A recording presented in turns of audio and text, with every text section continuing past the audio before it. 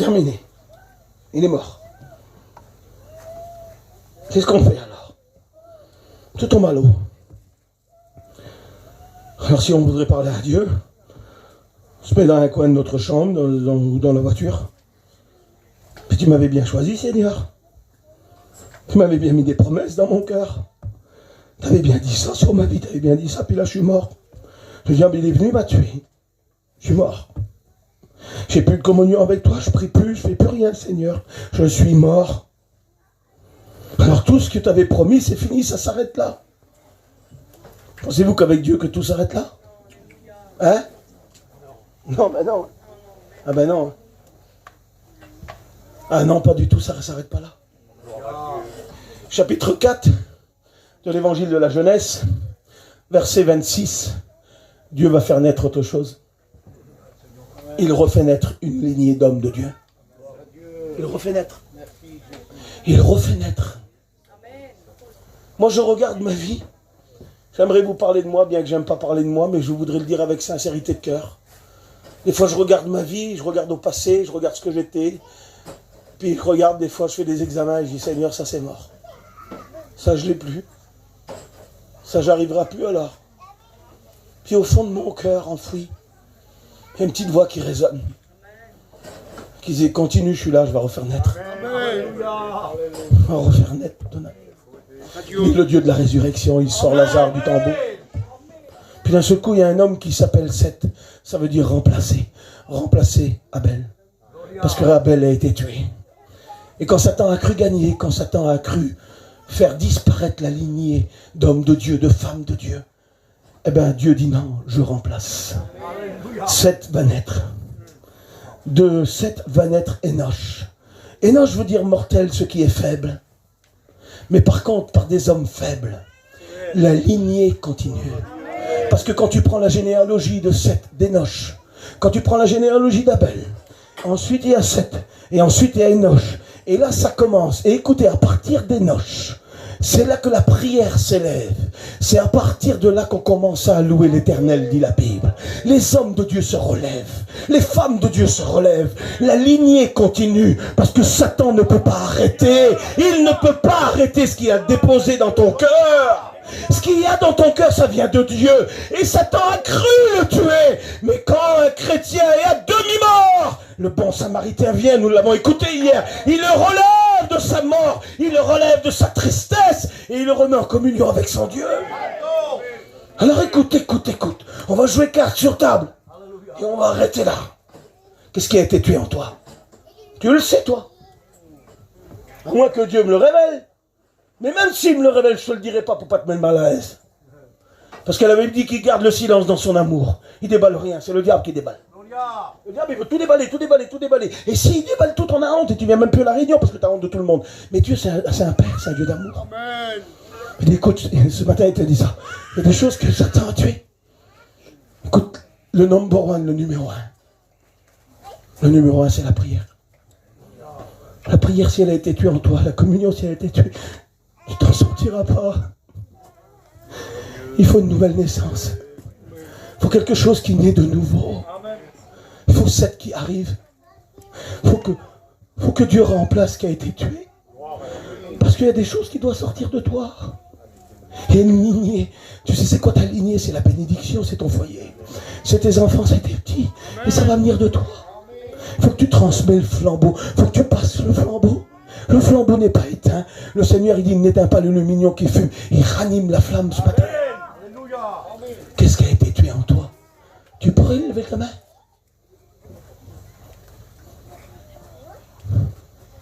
Ben allons, on s'est trompé, on retourne chez nous. Non, mais ça trompe, ça trompe. Il n'y a pas de moi et toi. Il y a juste moi et lui, on a prêché pour nous deux. Il y a juste moi et toi qui va pas, mon Vaval. Alors Seigneur, c'est moi et Vaval. Voilà, j'ai prêché pour moi et Vaval. Parce que personne ne lève la main, on a prêché pour moi. Ah ben c'est bien, Vaval. Dieu va faire ressusciter en nous des choses qui sont... Ah oui! Dieu va faire ressusciter en des choses que Satan a tuées. Si ce n'est pas pour vous, alors je vais vous demander quelque chose, écoutez. Parce que j'ai vu personne lever leurs mains. Si ce n'est pas pour vous, le message. Alors écoutez-moi, on en a besoin. Priez pour nous. Amen. C'est bon ce que je fais là. Ah, c'est bon. Vous voulez pas vous identifier? Pourquoi? Vous allez jouer encore? Il y a quelque chose qui coupe la communion, c'est le manque de vérité au milieu. Là, fais-le disparaître. C'est rien, tu sais, c'est rien, tu sais, c'est pas un péché de ne pas prier. Hein? Si Satan est venu puis qu'il a mis des fardeaux lourds sur toi puis que tu n'as plus la force, tu es à demi-mort, il faut que Jésus, le Samaritain, vienne te relever. Il faut qu'il vienne te bénir. C'est lui, il faut qu'il vienne. Écoutez, c'est lui qui a fait renaître. Hein? C'est lui qui a fait renaître. Hein? Écoutez, c'est lui qui a fait renaître. Hein? Ève a dit, merci Seigneur, tu as remplacé un fils, tu m'as redonné 7. Car un a été tué, elle a dit, Seigneur, tu m'as redonné un fils. La naissance, elle naît de Dieu. Hein? La lignée, elle venait de Dieu. Quand il a dit sur Lazare, sors depuis 14 jours, il est sorti. Hein? Et des fois, il y a des situations qui nous emmènent dans notre tombeau, pardonnez-moi de l'expression. Mais des fois, on est là, on est dans le noir, on braille du noir, on ne s'en sortira pas. Et on va mourir comme ça. Mais non, non, non. Nous emmenons Jésus devant le tombeau, nous l'emmenons, nous l'emmenons, nous l'emmenons. Et ce matin, à travers la prédication, nous enlevons la pierre. Nous enlevons la pierre qu'il y a devant toi. Et la lumière de Jésus arrive, et la voix de Jésus arrive, et il te dit, sors. Qui voudrait sortir de sa situation là? Vous pouvez vous lever là s'il y en a un qui se lève ou deux qui voudraient sortir de sa situation. Situation de tristesse, de douleur, une situation qui a coupé la séparation de Dieu. Nous allons prier s'il vous plaît. Alors invoquer Dieu et tu vas demander à Dieu, tu vas dire Seigneur, fais renaître en moi. Fais renaître en moi, Seigneur. Alléluia. Il y a quelque chose qui a été tué. Il y a quelque chose qui a frappé, qui est descendu. Ça a tombé comme une éclair, Seigneur.